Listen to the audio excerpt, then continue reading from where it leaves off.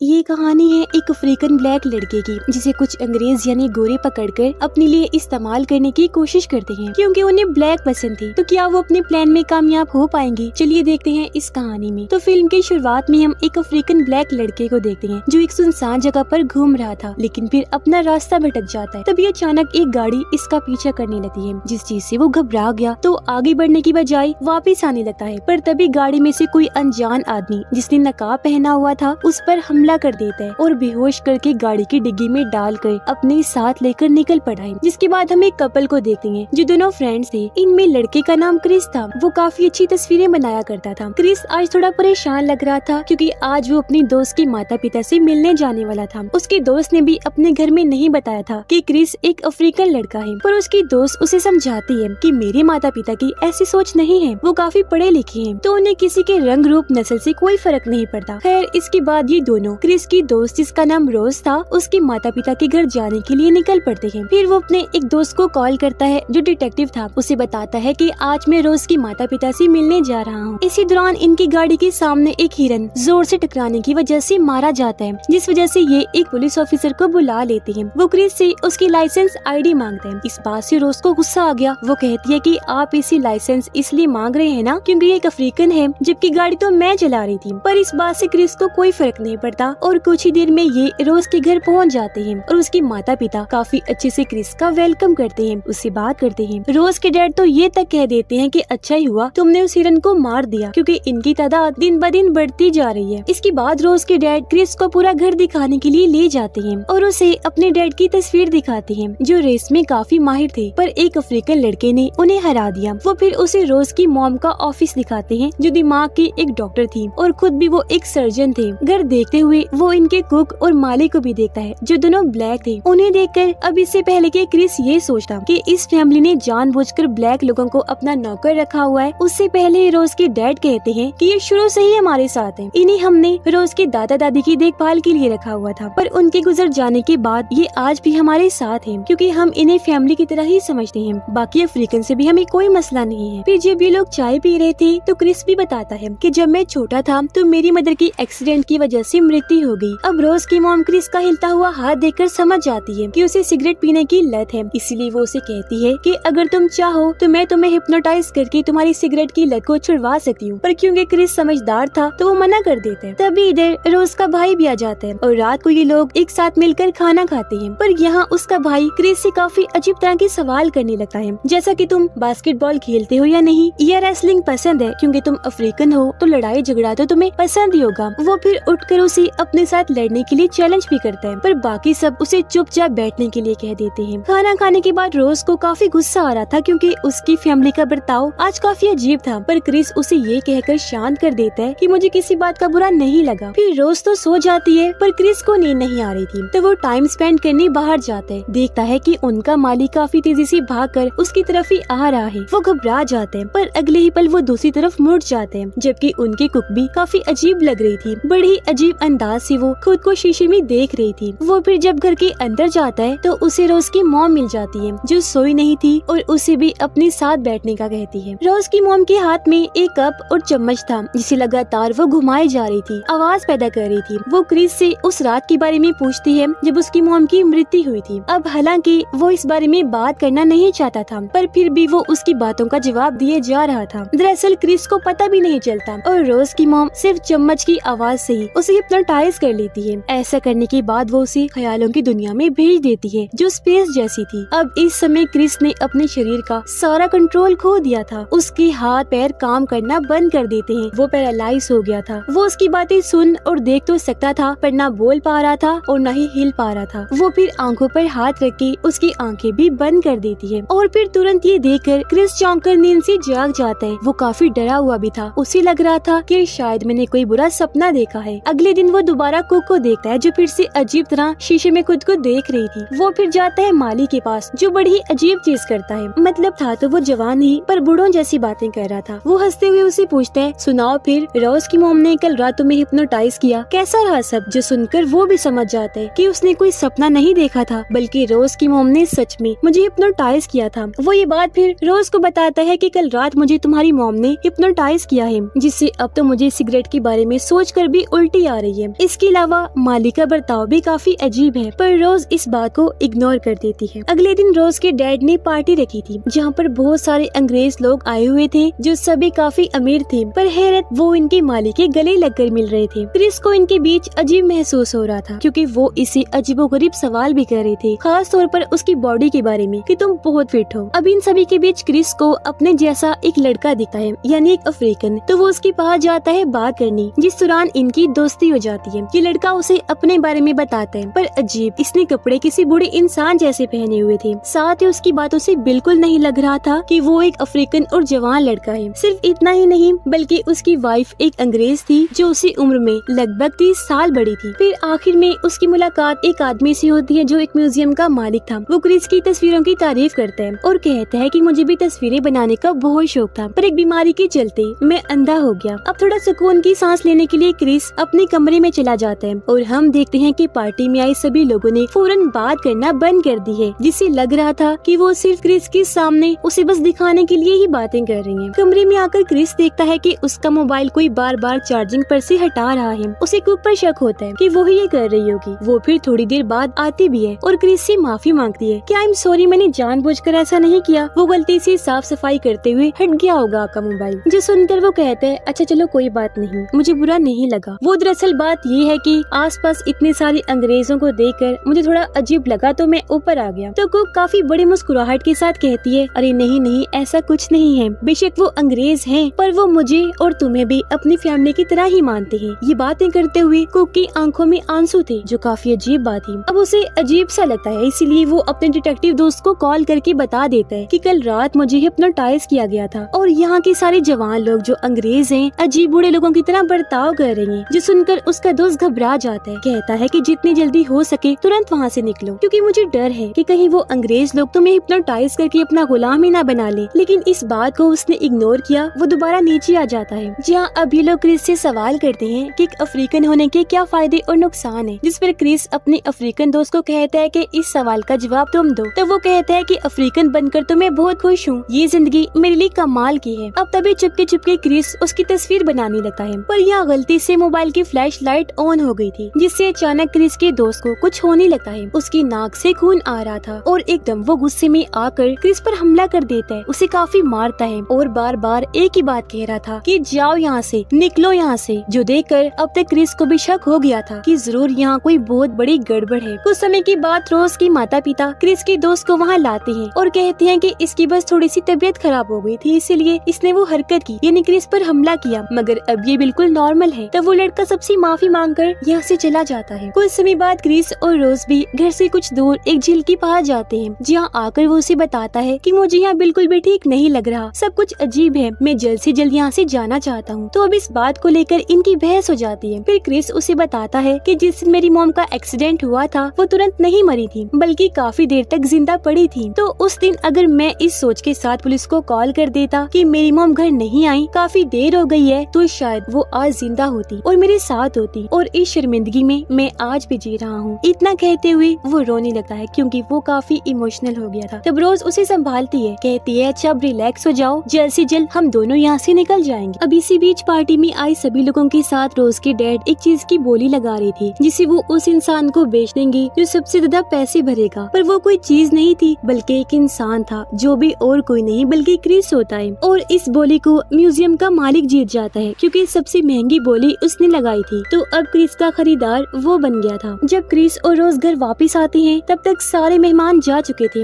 वो फिर अपने दोस्त डिटेक्टिव को उसी अफ्रीकन लड़के यानी अपने दोस्त की तस्वीर भेजते हैं, जिसे देखकर फौरन उसका दोस्त कॉल करता है और बताता है कि ये लड़का वो नहीं है जो खुद को बता रहा है, बल्कि ये तो मेरा दोस्त है जो मुझसे एक पार्टी में मिला था और किडनैप हो गया था। 6 महीने हो गए हैं पर अभी तक ये नहीं मिला। तो यहाँ पता चलता है कि वो और कोई नहीं बल्कि शुरुआत वाला लड़का है जिसे किसी ने हमला करने के बाद किडनैप कर लिया था। अब अचानक बैटरी खत्म होने की वजह से क्रिस का मोबाइल बंद हो जाता है, जिससे कॉल भी कट हो जाती है। तभी इधर रोज भी आ जाती है। वो उसे कहता है कि हमें जल्द से जल्द यहाँ से निकलना है, तो तुम फौरन गाड़ी की चाबी ढूंढो। फिर जब वो वहाँ से जाती है तो क्रिस देखता है कि रोज की अलमीरा खुली हुई है, जिसके अंदर एक बॉक्स है। बॉक्स को जब वो खोलता है तो उसमें रोज की बहुत सारी तस्वीरें थी, जो सारी की सारी उसके पुराने दोस्तों की थी, सभी अफ्रीकन थी। तब क्रिस ये सोचकर काफी हैरान रह जाता है कि रोज ने तो मुझसे ये कहा था कि मैं उसका पहला अफ्रीकन अफ्रीकन दोस्त हूँ। अब इससे भी ज्यादा हैरत उसे तब होती है जब वो रोज की तस्वीरें उनके नौकरों यानी माली और कुक के साथ भी देखता है और क्रिस की दोस्त उस अफ्रीकन लड़के के साथ भी। वो काफी घबरा जाता है, इसलिए फौरन नीचे आता है और यहाँ से निकलने का सोचता है। पर दरवाजे के सामने तो रोज का भाई उसका रास्ता रोक के खड़ा था। तभी रोज के मॉम डैड भी आकर उसे घेर लेती है। इधर खुद रोज भी थी। तब गुस्से में क्रिस उसे पूछता है कि चाबी कहाँ है गाड़ी की, जिस पर रोज ये राज सामने लाती है कि ये देखो चाबी मेरे पास है, कभी गुम हुई ही नहीं थी ये तो, लेकिन इसे मैं तुम्हें नहीं दूंगी। ये देखकर वो काफी डर चुका था। उसे समझ आ गई थी कि पूरी फैमिली मिली हुई है, यहाँ तक कि रोज भी। तो भागने की वो कोशिश करता है, पर रोज का भाई उसका रास्ता रोकता है और उसकी मॉम कप और चम्मच बजाने लगती है, जो आवाज सुनकर एक बार फिर वो हिप्नोटाइज हो जाता है और पैरालाइज होकर दोबारा से ख्यालों की दुनिया में जा चुका था। और फिर ये सब उठाकर उसे अपने साथ कहीं ले जाने लगते हैं। उसका डिटेक्टिव दोस्त उसे काफी बार कॉल्स करते हैं, पर क्योंकि वो कॉल नहीं उठाता तो उसका दोस्त परेशान हो जाता है कि जरूर कोई गड़बड़ है। उधर क्रिस को एक बेसमेंट में होश आती है। वो उठने की कोशिश करता है पर उसे कुर्सी पर बिठाकर हाथ पांव बांधे हुए थे। उसके सामने एक काफी पुराने जमाने का टीवी था, जिस पर फौरन ही रोज के दादा की वीडियो चलने लगती है, जिसमें वो बताता है कि मेरी फैमिली ने साइंस का एक अनोखा अजूबा कर लिया है, यानी उन्होंने कोई एक्सपेरिमेंट किया जिसमें वो कामयाब रहे। जिसमें होता यूँ है कि हम किसी भी इंसान के दिमाग को दूसरे इंसान के जिस्म में डाल सकते हैं। फिर वीडियो में वो एक कप और चम्मच बजने लगता है, जिसकी आवाज सुनकर वो फिर से हिप्नोटाइज होकर पैरालाइज हो जाता है और ख्यालों की दुनिया में जा चुका था। फिर अगले दिन क्रिस को जब होश आती है तो अभी भी वो वही बंधा हुआ था, जिसके सामने वीडियो में अब म्यूजियम का मालिक आता है, यानी जिसने क्रिस को खरीदा था। वो कहता है, क्रिस मैं यहाँ तुम्हारे सारे डाउट, शक, सवालों का जवाब बनकर आया हूँ, ताकि हम जो करने वाले हैं वो अच्छे से हो सके। तो अब मैं आपको बता देती हूँ कि आखिर यहाँ हो क्या रहा है। असल में रोज की फैमिली ने दिमाग को दूसरे जिस्म में डालने का तरीका खोज निकाला था, जिस प्रोसेस के लिए शिकार बने इंसान को सबसे पहले हिप्नोटाइज करके उसे ख्यालों की दुनिया में भेज दिया जाता है, और ऐसा होते ही उस इंसान का पूरा कंट्रोल खुद पर से खत्म हो जाता है। जिसके बाद रोज की डैड उस इंसान जिसे इन्होंने फंसाया होता है उसका दिमाग निकाल कर अपने अमीर क्लाइंट में डाल देते हैं, यानी जो ऐसा करने के इन्हें बहुत सारे पैसे देते हैं। पर जो असली इंसान होगा हमेशा के लिए उसकी याददाश्त ख्यालों की दुनिया में फंस जाएगी, और अगर वो इंसान वहाँ से निकलने की कोशिश करे भी तो रोज की मॉम उसे दोबारा हिप्नोटाइज करके वहाँ भेज देगी। और ये सब कुछ क्रिस के अफ्रीकन दोस्त कुक और माली के साथ भी किया गया है। इनके अंदर अंग्रेज लोगों का दिमाग डाल दिया गया है जो बूढ़े थे। यही वजह है कि बूढ़े लोगों की तरह ही बर्ताव कर रहे थे। ये सब जानकर उसे बहुत बुरा लगता है, इसलिए वो पूछता है कि लोग ऐसा सिर्फ अफ्रीकन के साथ ही क्यों करते हैं। इस पर वो बताता है कि उनका मानना है कि अफ्रीकन बाकी लोगों की निस्बत काफी स्ट्रॉन्ग और फिट होते हैं। वो फिर बताता है कि क्रिस मुझे तुम्हारी कलर से कोई मतलब नहीं, बस मैं तुम्हारा शरीर, खास तौर पर तुम्हारी आंखें लेना चाहता हूँ। इसके बाद वो कप और चम्मच एक बार फिर वीडियो में आते हैं, जिनकी आवाज सुनकर हमेशा की तरह क्रिस पैरालाइज हो जाता है। उधर ऑपरेशन रूम में रोज के डैड म्यूजियम की मालिक के दिमाग का ऑपरेशन करने लगते हैं ताकि उसका पुराना दिमाग बाहर निकाला जा सके। जबकि रोज का भाई क्रिस के पास उसे लेने जाता है। वो जैसे उसे खोलकर दूसरी तरफ मुड़ता है तो पीछे से क्रिस उठकर उस पर हमला कर देता है और काफी बार मार कर उसे बेहोश कर देता है। असल में हुआ ये था कि जिस सोफे पर क्रिस बैठा हुआ था उसकी रुई निकालकर उसने अपने कानों में डाल ली थी, जिससे चम्मच और कप की आवाज उसे नहीं आई तो वो पैरालाइज भी नहीं हुआ। काफी देर हो गई थी और क्योंकि अभी तक रोज का भाई वापस नहीं आया था इसलिए उसके डैड अपने बेटे को देखने जाते हैं। पर तभी सामने से क्रिस आकर उस पर भी हमला कर देता है। उसके पेट में हिरन की सींग घुसा देते हैं। उसका काफी खून बह चुका था और यहाँ रोज की डैड की भी मृत्यु हो जाती है। बाहर जब वो आता है तो उसे रोज की मॉम देखती है और जब वो क्रिस को आजाद देखती है तो फौरन अपना कप और चम्मच लेने के लिए आगे बढ़ती है, पर उससे पहले क्रिस उन्हें जमीन पर मारकर फोड़ देता है। वो फिर एक स्क्रू ड्राइवर से क्रिस पर हमला करती है, पर उसके हमले को रोककर स्क्रू ड्राइवर वो रोज की मॉम के सर में ही घुसा देता है, जिससे उसकी भी मृत्यु हो जाती है। वो फिर वहाँ से निकलने ही वाला था कि तभी रोज का भाई दोबारा से उस पर हमला कर देता है। वो उसे सर से पकड़कर बेहोश करने की कोशिश करता है, लेकिन क्रिस खुद को छुड़वाकर पहले तो उसकी टांग पर वार करता है और फिर टांगों से उसके सर पर काफी बार मारता है, जिससे बुरी तरह उसकी भी मृत्यु हो जाती है। रोज ऊपर बैठी इन सब चीजों से अनजान होकर गाने सुन रही थी, साथ ही इंटरनेट पर अपना अगला शिकार ढूंढ रही होती है। बाहर क्रिस उनकी गाड़ी में बैठकर यहाँ से निकलने की कोशिश करने लगता है, पर तभी सामने से कुक आकर उसकी गाड़ी से टकरा जाती है। तब उस पर दया खाकर वो उसे भी गाड़ी में बिठाकर वहाँ से निकल जाता है। यहाँ हमें पता चलता है कि कुक और माली और कोई नहीं बल्कि रोज के दादा और दादी हैं। कुक यानी दादी को जैसे होश आती है तो वो क्रिस पर गुस्सा करने लगती है कि तुमने मेरी सारी फैमिली को मार दिया है। तो अब वो क्रिस पर भी हमला कर देती है, जिस हड़बड़ी में गाड़ी एक पेड़ से जाकर टकरा गई। उनका का काफी बुरा एक्सीडेंट हो जाता है, जिससे क्रिस को तो कुछ नहीं होता पर दादी मारी जाती है। तब तक रोज भी अपनी गन लेकर यहाँ आ गई थी और माली यानी उसका दादा भागकर क्रिस को पकड़ लेता है। उसने गला दबाकर क्रिस को मार ही दिया था कि तभी वो अपना दिमाग चलाता है। क्रिस मोबाइल की फ्लैश लाइट ऑन करके उसके माथे पर मारता है, जिससे असली वाला माली ख्यालों की दुनिया से बाहर आ गया था। वो रोज से गन मांगकर उसके पेट में गोली मार देता है, जिससे वो जख्मी हो जाती है। फिर वो खुद को भी गोली से उड़ा लेता है और उसकी भी मृत्यु हो जाती है। लेकिन रोज अभी भी जिंदा थी। वो गन उठाने की कोशिश कर रही थी, लेकिन क्रिस आकर उसका गला दबाकर मारने की कोशिश करता है। तभी इधर पुलिस की गाड़ी भी आ जाती है। अब क्रिस को लगता है कि इसमें कोई दूसरा ऑफिसर होगा जो अफ्रीकन होने की वजह से मुझे पकड़ लेगा, पर उसमें और कोई नहीं बल्कि क्रिस का दोस्त डिटेक्टिव था जो उसे अपने साथ ले जाता है। जबकि रोज वहीं पड़ी पड़ी अपना दम तोड़ देती है। क्रिस यहाँ से सही सलामत निकल चुका था। इस पागल फैमिली से आखिरकार उसकी जान छूट गई थी और इसी के साथ ये कहानी भी इधर ही खत्म हो जाती है। अगर कोई इंसान ऐसी सिचुएशन में फंस जाए तो उसे क्या करना चाहिए? अपनी राय का इजहार कमेंट बॉक्स में जरूर कीजिएगा।